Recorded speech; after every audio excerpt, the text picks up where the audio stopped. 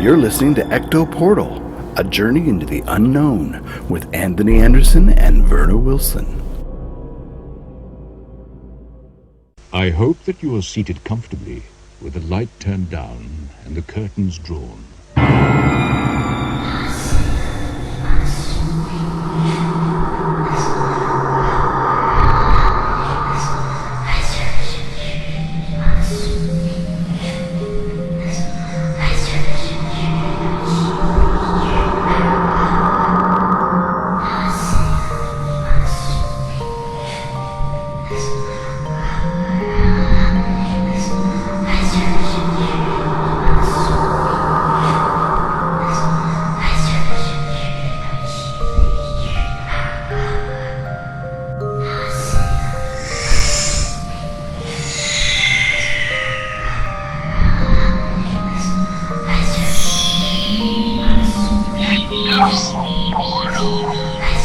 Somebody there?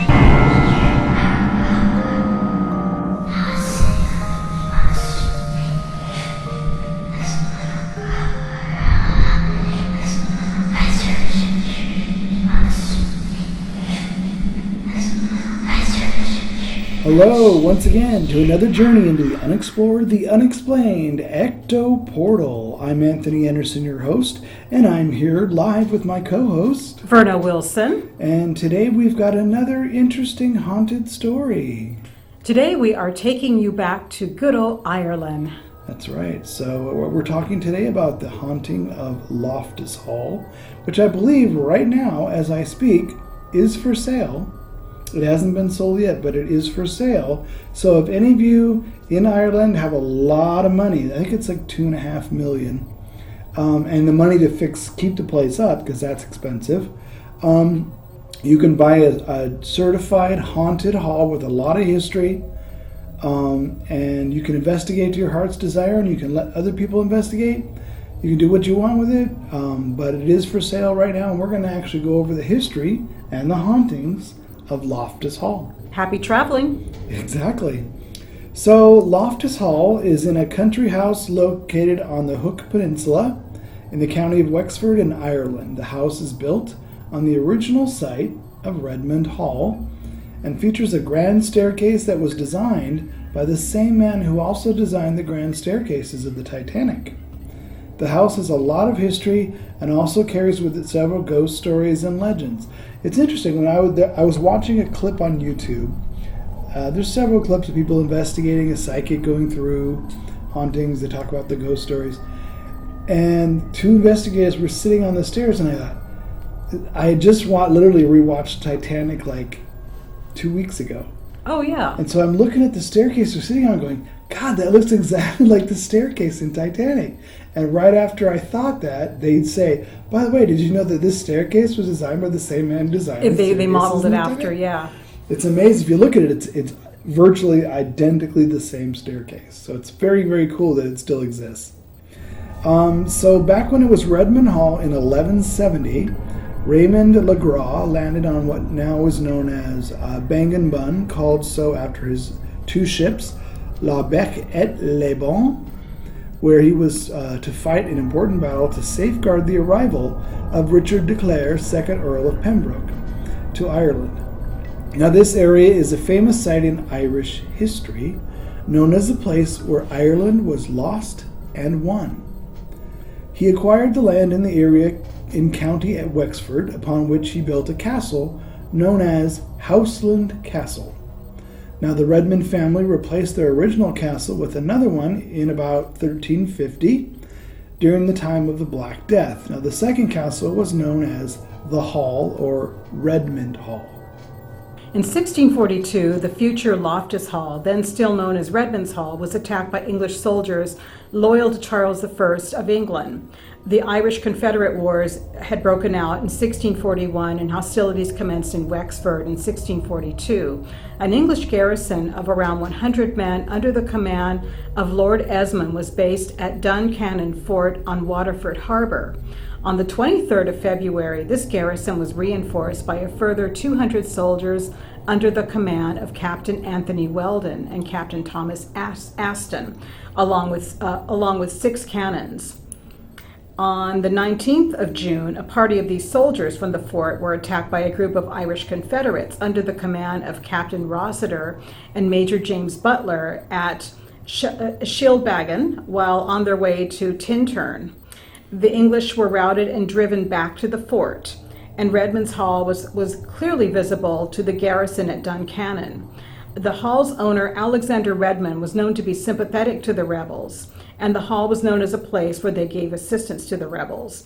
Captain Aston believed that it could be easily taken, and on the 20th of July in 1642, he took ship from Duncannon, with around 90 men and 2 small cannons landing near the hall. Although he was 68 years old, Alexander Redmond barricaded the hall and prepared to defend it. Now he was assisted by his sons, Robert and Michael, some of their tenants, 2 men-at-arms, and an itinerant tailor who happened to be working the hall when the attack took place. Now the defenders numbered in 10 in all and were armed with long-barreled fowling pieces. Captain Aston drew his men up in front of the hall and demanded admission in the name of the king. Alexander Redmond retorted that Aston was welcome to come in, provided only that he left his soldiers and weapons outside. A lengthy gun battle ensued. Aston discovered that his cannon were too small to make much impression on the main door. To add to his troubles, about half his men abandoned him to pillage the countryside. And as the fight dragged on and heavy sea mist descended on the Hook Peninsula, meanwhile the Irish Confederates under Captain Rossiter and Captain Thomas Roche were still encamped at Shilbagan. Hearing the attack, they marched rapidly to the aid of the defenders and surprised the attackers under the cover of fog. About 30 of the English escaped to their boats and back to the fort.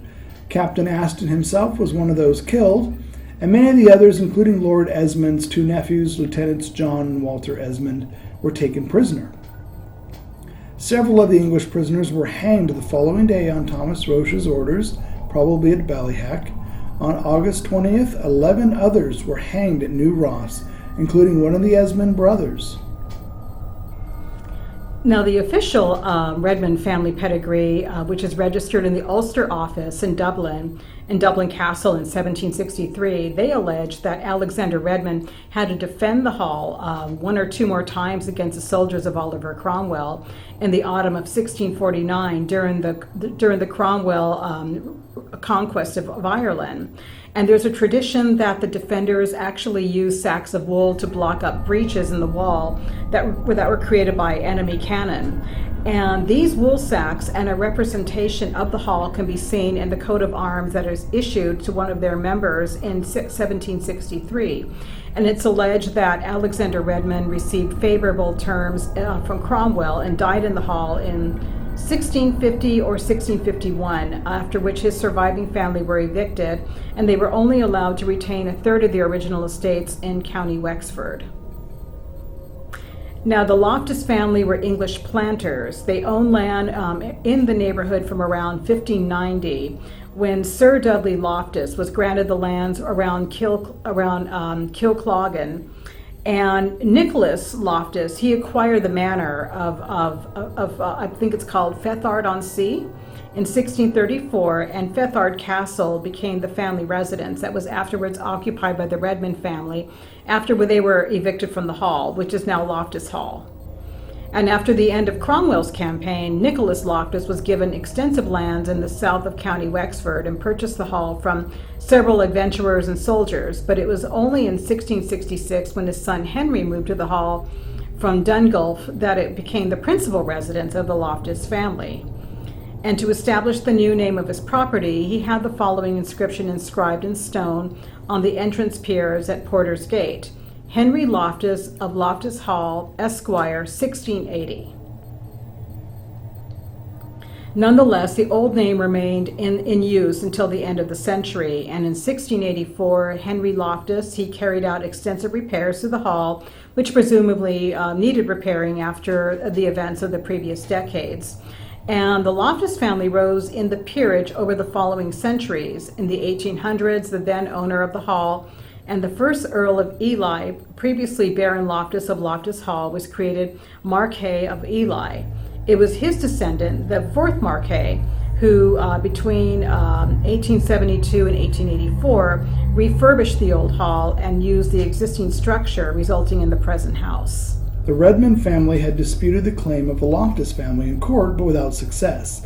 In 1684, they were compensated with the lands in the barony of Ballachin in north of County Wexford. Some of their descendants joined the movement of the Wild Geese and served in a number of foreign armies, most notably that of France.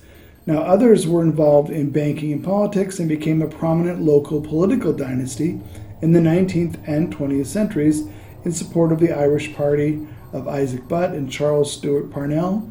The most famous of these was John Redmond, who led the party till his death in 1918. Now, between 1872 and 1884, the Most Honorable John Henry Wellington Graham Loftus, the fourth Marquess of Ely, 1849 to 1889, under the guidance of his mother, Lady Jane Hope Vere Loftus, lady-in-waiting to Queen Victoria, undertook an extensive rebuilding of the entire mansion, adding many of the famous elements such as the grand staircase, the mosaic tiled floor, elaborate parquet flooring, and technical elements which had not been seen in houses in Ireland at the time, such as flushing toilets and blow-air heating. A lot of Lord Ely's inspiration was taken from Osborne House, the Queen's summer residence on the Isle of Wight. The extensive works were believed to have been undertaken to facilitate a visit from the Queen, but this didn't happen, and the family never got to fully enjoy the house.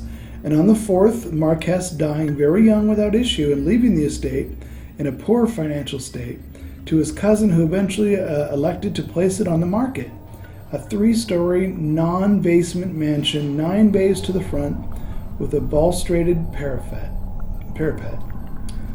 In 1917, Loftus Hall was bought by the Sisters of Providence and turned into a convent and a school for young girls interested in joining the order after 2 nuns mysteriously died on the stairs and landed at the bottom at the base on top of a carved cross in the floor. The sisters had enough, sold the hall to Michael Devereux and his wife in 1983.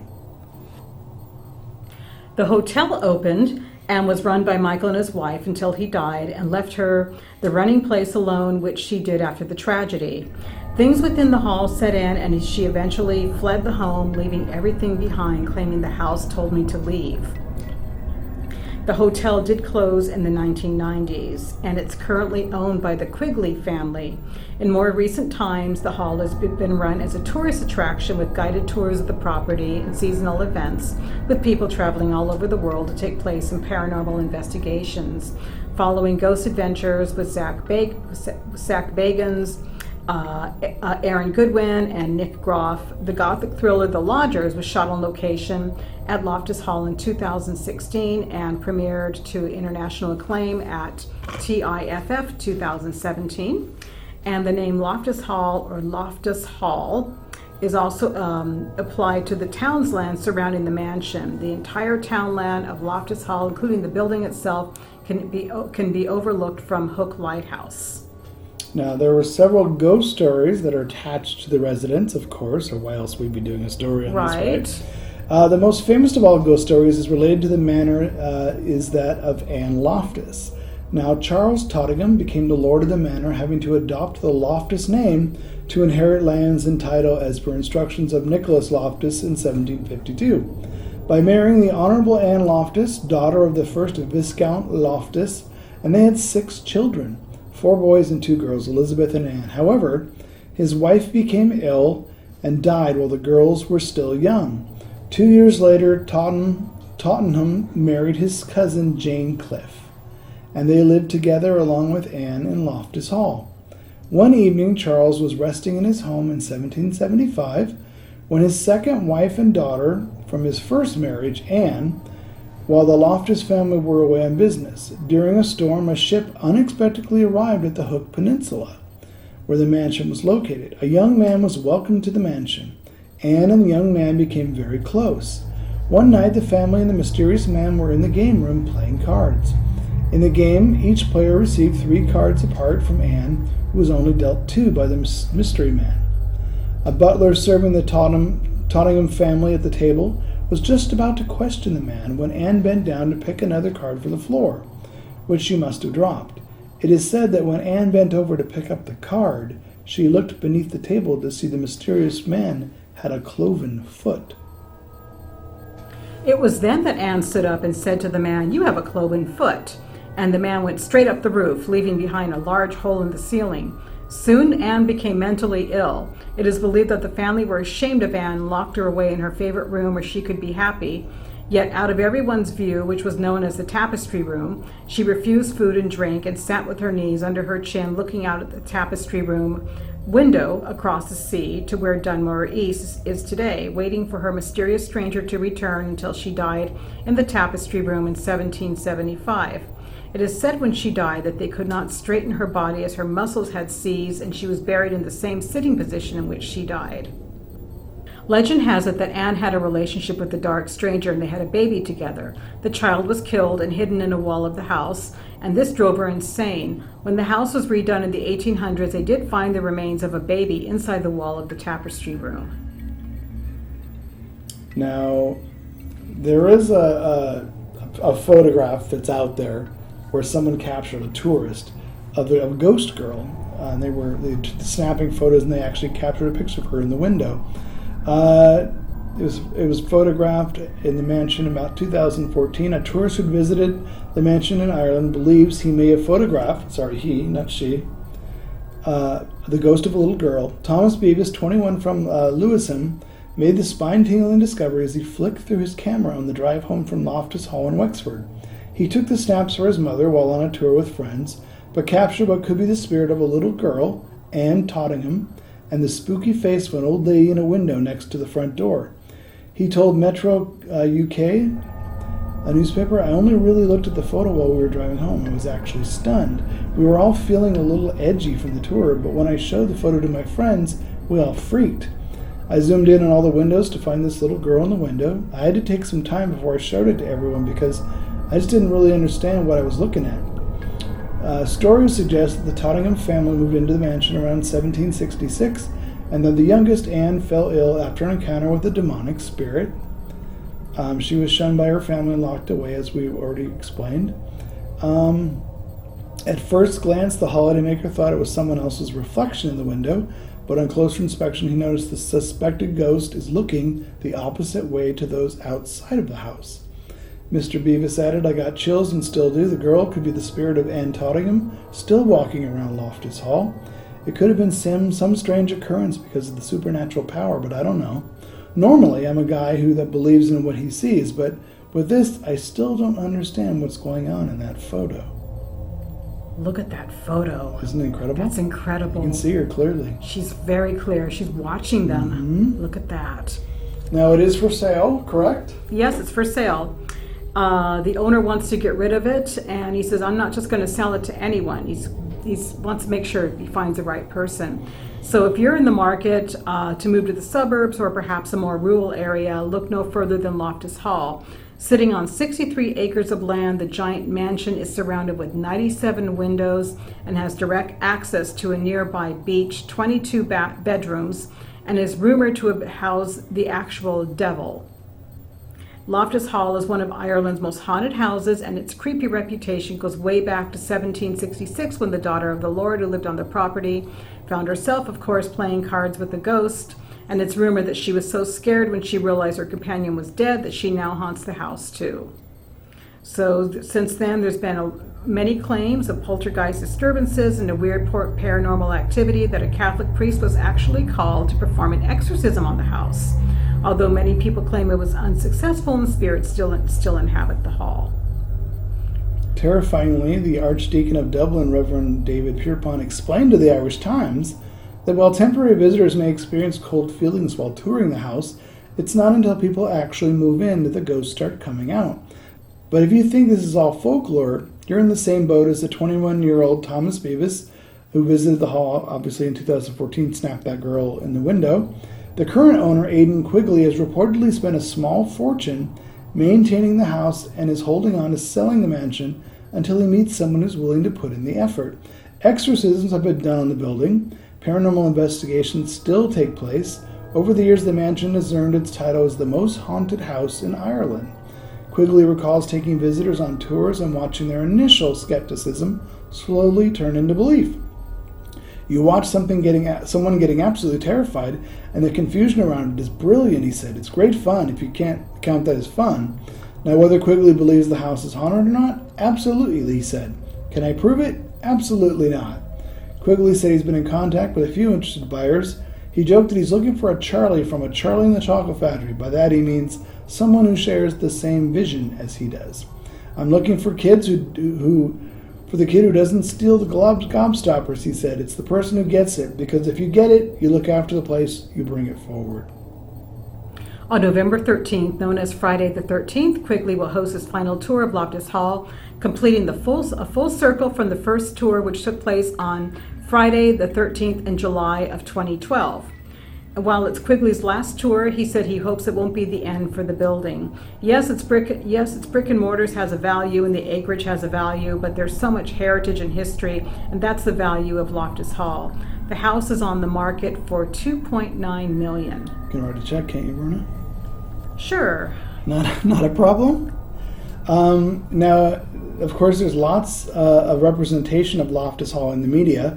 A partially independent documentary film was made by Waterford man Rick Whelan, which was released in 1993 as The Legend of Loftus Hall. This film details the story, dramatizing certain parts, such as the card game with actors.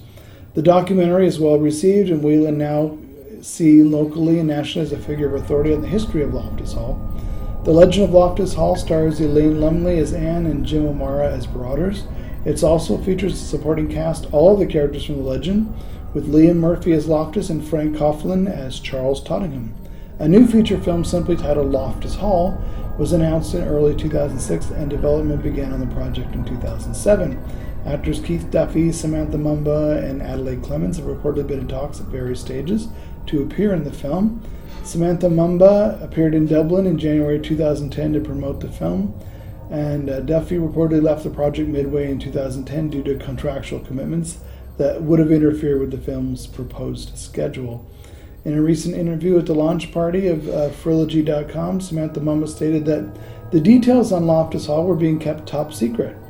After suffering financial difficulties throughout 2010 that stalled the production, it was announced during a question and answer session in 2011, Galway Film fled, that funding had been secured and the project was being completely rebooted to make it much darker and grittier.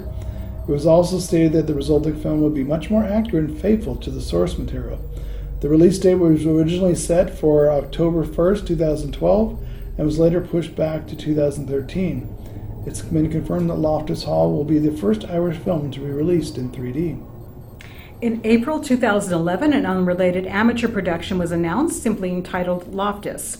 It's a full theatrical trailer was produced as a funding and marketing tool for the project.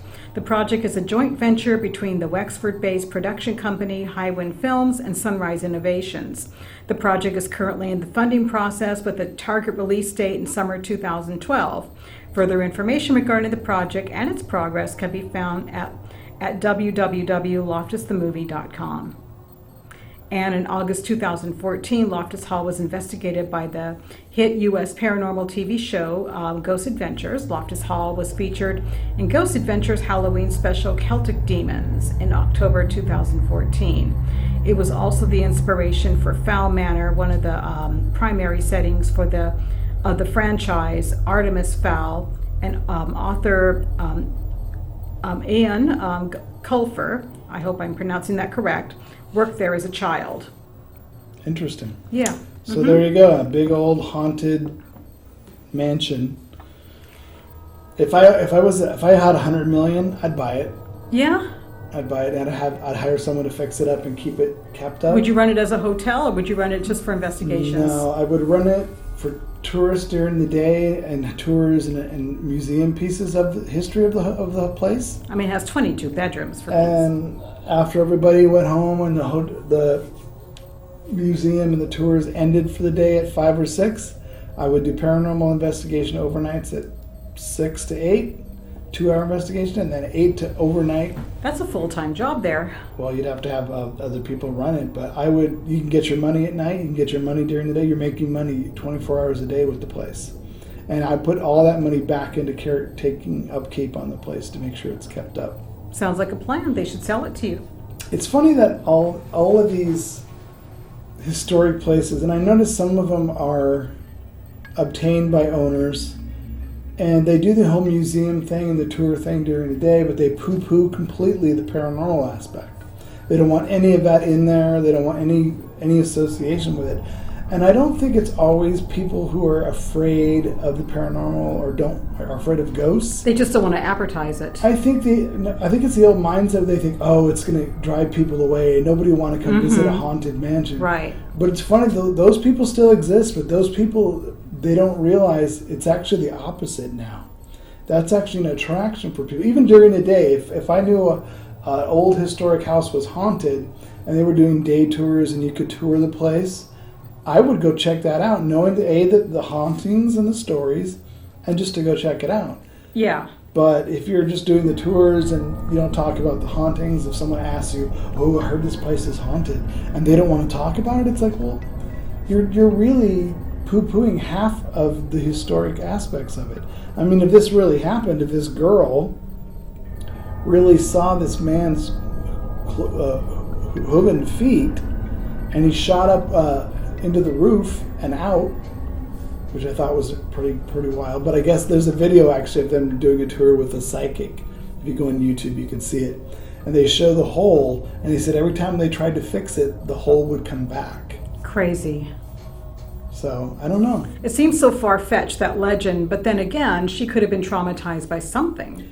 But maybe, we don't know that it really happened. We don't know that We don't really know that it happened, he or had thought. cloven feet, and she freaked out and cried and went hysterical, and the guy just left because it was so disturbing. Or she had a paranormal experience and she didn't know what to make of it. Yeah, or a dream she had of that. Do you know what I mean? Yeah. Like she had a nightmare maybe that night that happened, but it really didn't. Mm-hmm. And then that dream was perceived as what really happened, and then it becomes folklore. You know how things happen. Right, because I know that stories get embellished over the years. Yeah. She could have experienced something, and they embellished it to the point where they're talking about cloven feet. Yeah, exactly. So, I mean, that could have just been hearsay. It could have been a nightmare she had. Who knows? Something happened that made her mentally broken, I would say. One of the interesting facts that I found, which I didn't put in this for some reason, is when she was locked up in that room, the tapestry room, she got pregnant by this mysterious man. Mm-hmm. When they were redoing the hall, they actually found a baby's corpse in the wall. So they wondered if she had the baby, and they hid it away in the wall, like her father did.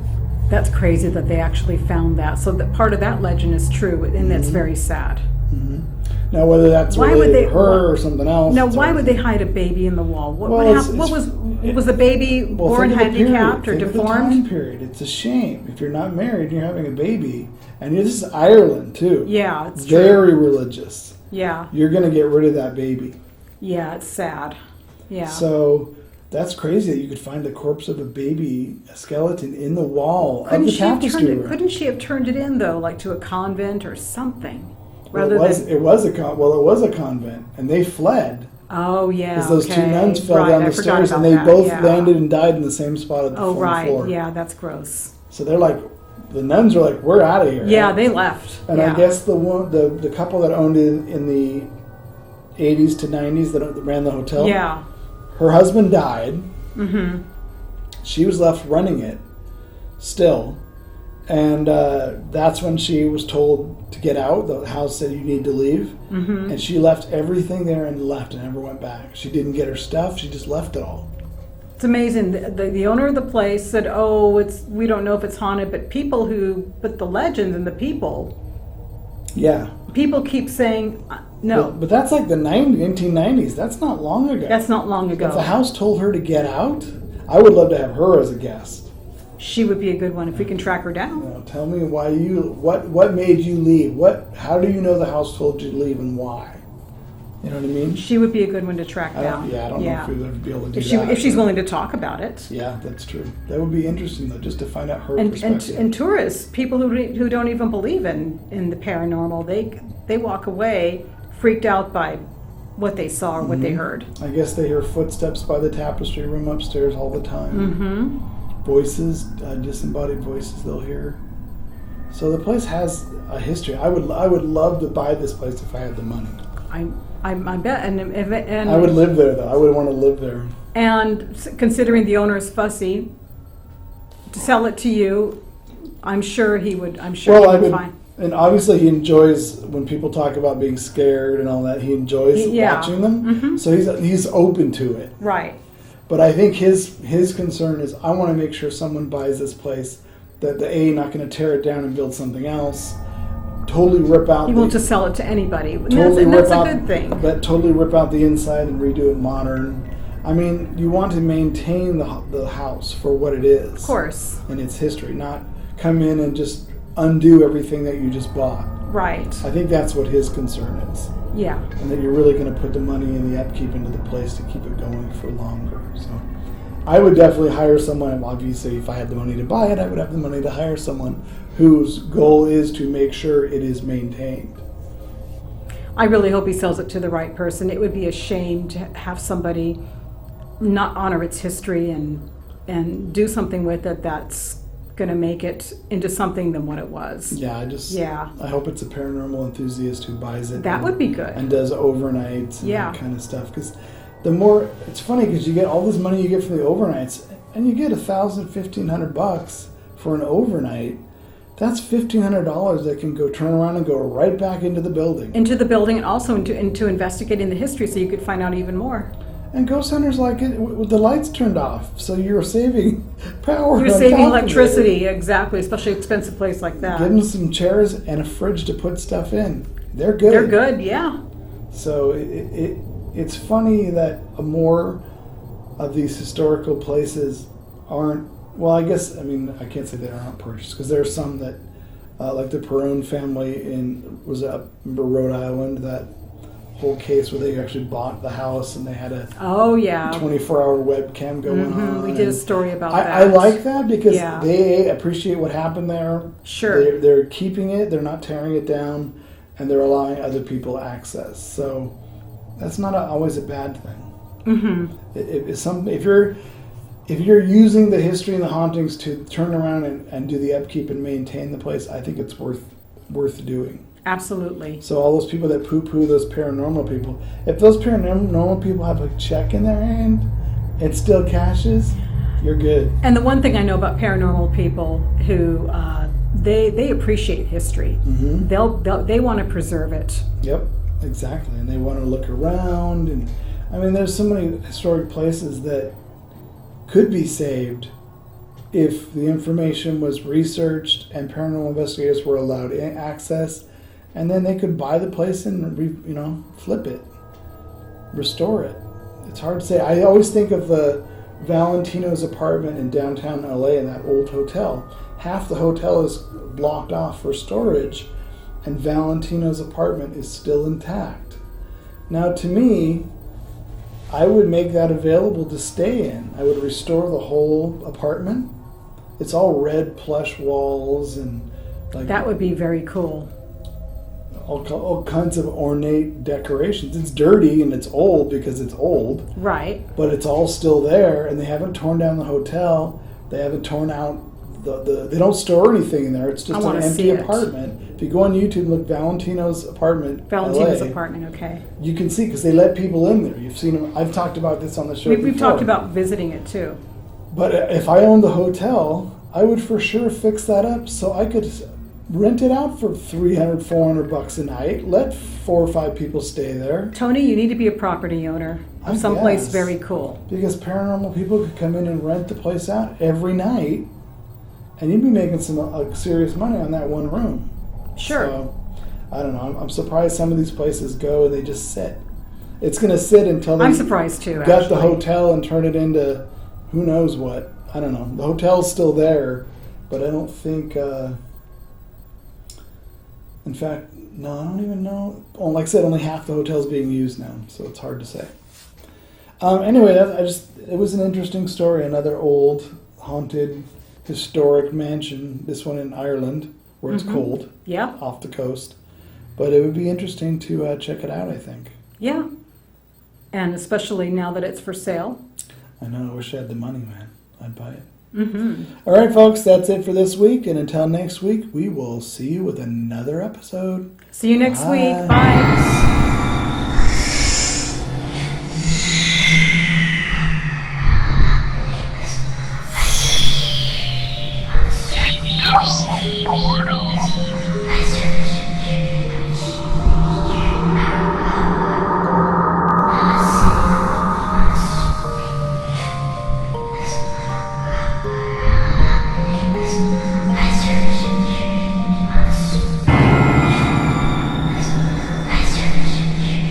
Royalty-free, copyright-free music by Ross Bugden.